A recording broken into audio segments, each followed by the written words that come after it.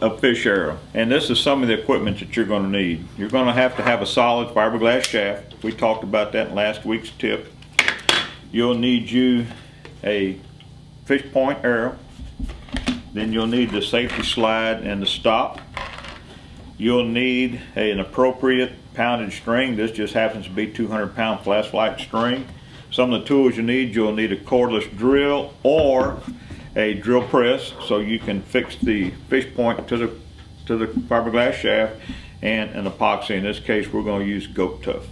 So one of the first things that you want to do is you want to get your fiberglass shaft, get your point, put it on the end of the shaft, and now you can either take a pencil and you can mark it, but what I like to do is get everything in place, go ahead and drill down through it, and then that way everything comes through.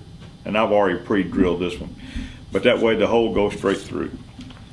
I've taken a brass brazen rod and I put it in there and I cut it off where it would just fit, barely missing the outside edges. Now I would take a hammer and I would brad those over, and that keeps your tip from coming off. So when you shoot a fish, carp, big gar, you can unscrew the tip, you can roll the little tines down like that, pull your arrow out, you get it back in there, then you screw the tip back on, and now your tines are back in place and they'll keep your arrow from back.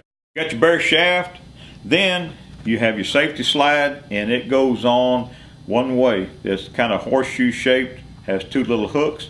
That goes on toward the nock right here. Then you have the safety stop. There's already a pre-drilled hole in this shaft for that. You want to put that safety stop in place, and you may want to get you a tap to start the threads on it, keep you from injuring yourself. But then you just take a Phillips screwdriver and you'll fix that stop to the fiberglass shaft. Then when you connect your string, it keeps your shaft from coming off the other end. You want to put your fish point back on, fix it. Now you can brad that down. Your safety stop will slide down, make sure it's free floating. You take your fish string,